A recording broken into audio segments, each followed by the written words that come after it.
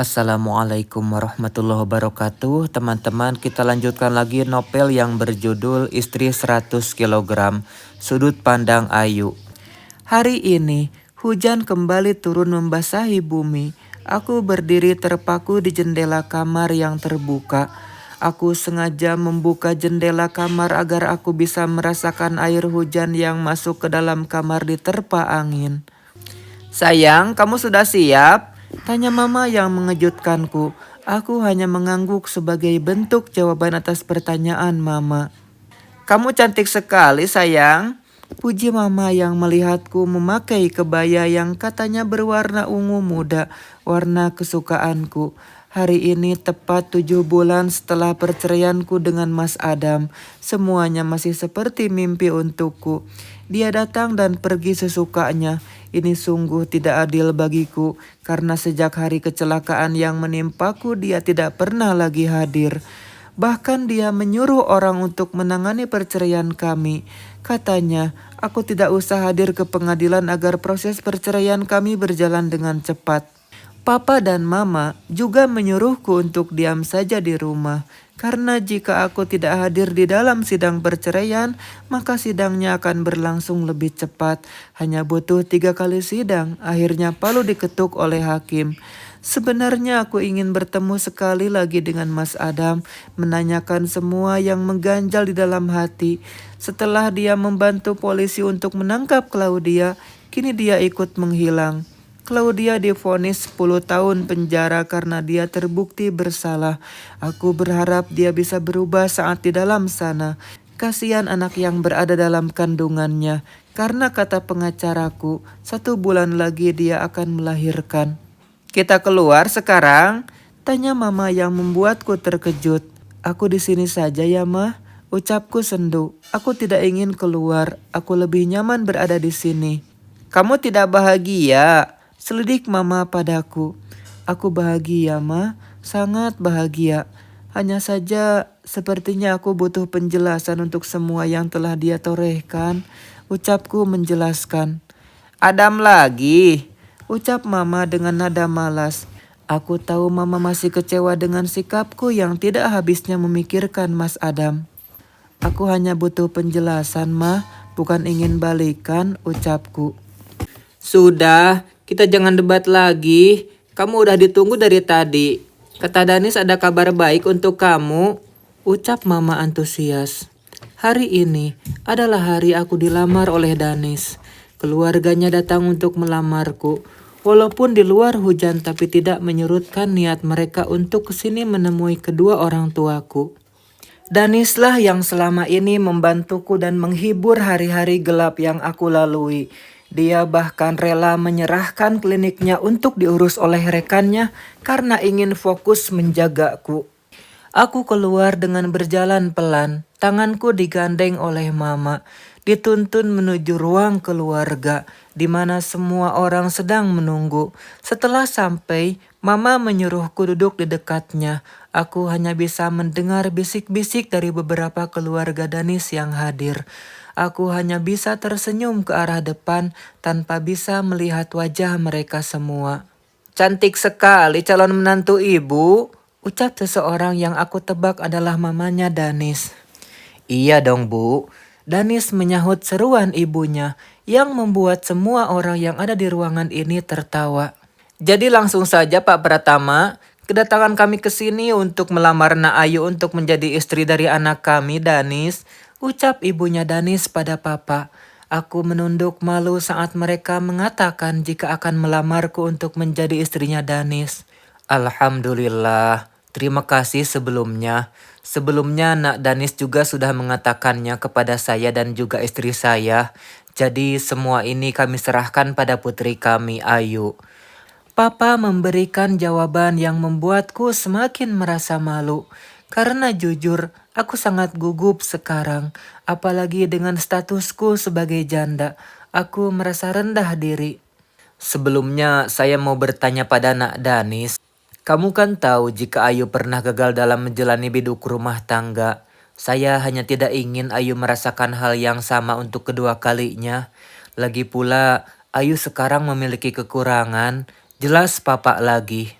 Saya akan mencintai dan menyayangi Ayu dengan tulus, Om. Saya juga berniat untuk menikahi Ayu karena agar lebih leluasa untuk menjaga dan merawat dia, Om. Jawab Danis benar-benar membuatku merasa tersentuh. Beginikah rasanya dicintai dengan tulus?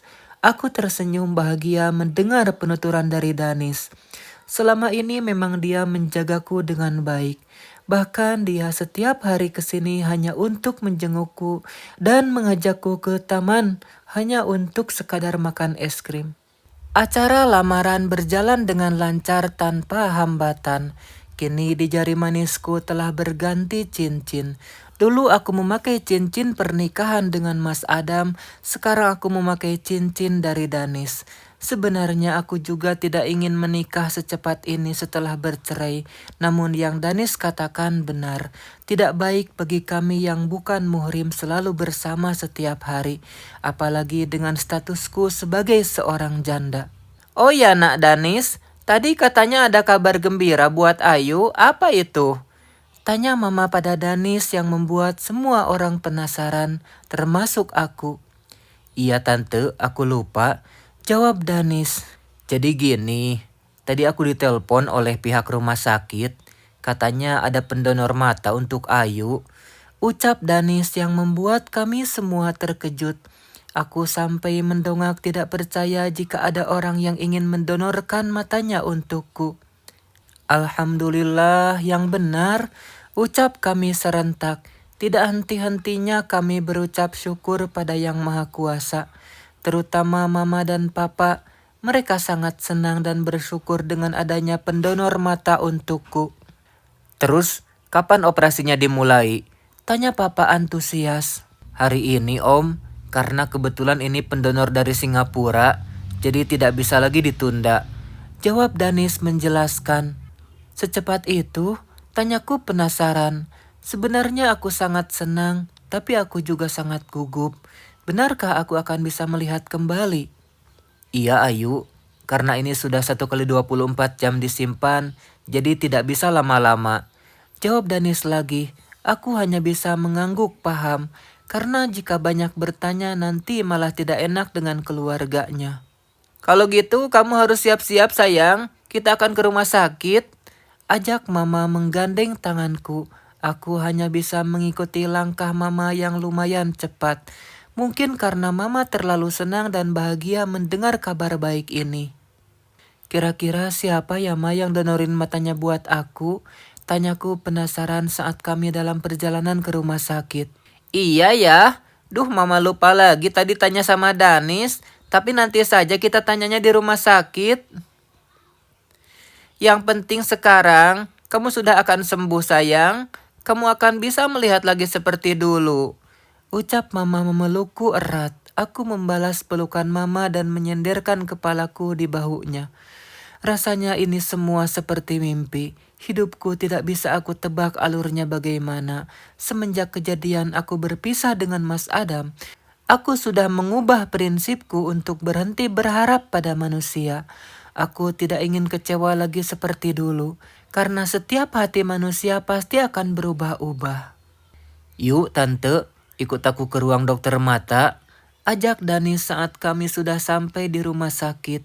Dia mengajak kami ke ruangan dokter mata, karena akan ada beberapa pemeriksaan padaku. Memangnya siapa dokter yang sudah mendonorkan matanya untuk putri saya? Tanya mama pada dokter mata saat aku sudah melakukan pemeriksaan. Mohon maaf sebelumnya bu, karena yang mendonor tidak ingin disebut namanya. Dan ini sudah menjadi ketentuan rumah sakit jika akan merahasiakan hal ini. Jawab dokter mata itu menjelaskan. Tapi dokter, kami juga harus tahu asal-usul pendonor. Jawab bapak lagi yang sama penasarannya denganku. Mohon maaf pak, saya tetap tidak bisa memberitahukan siapa.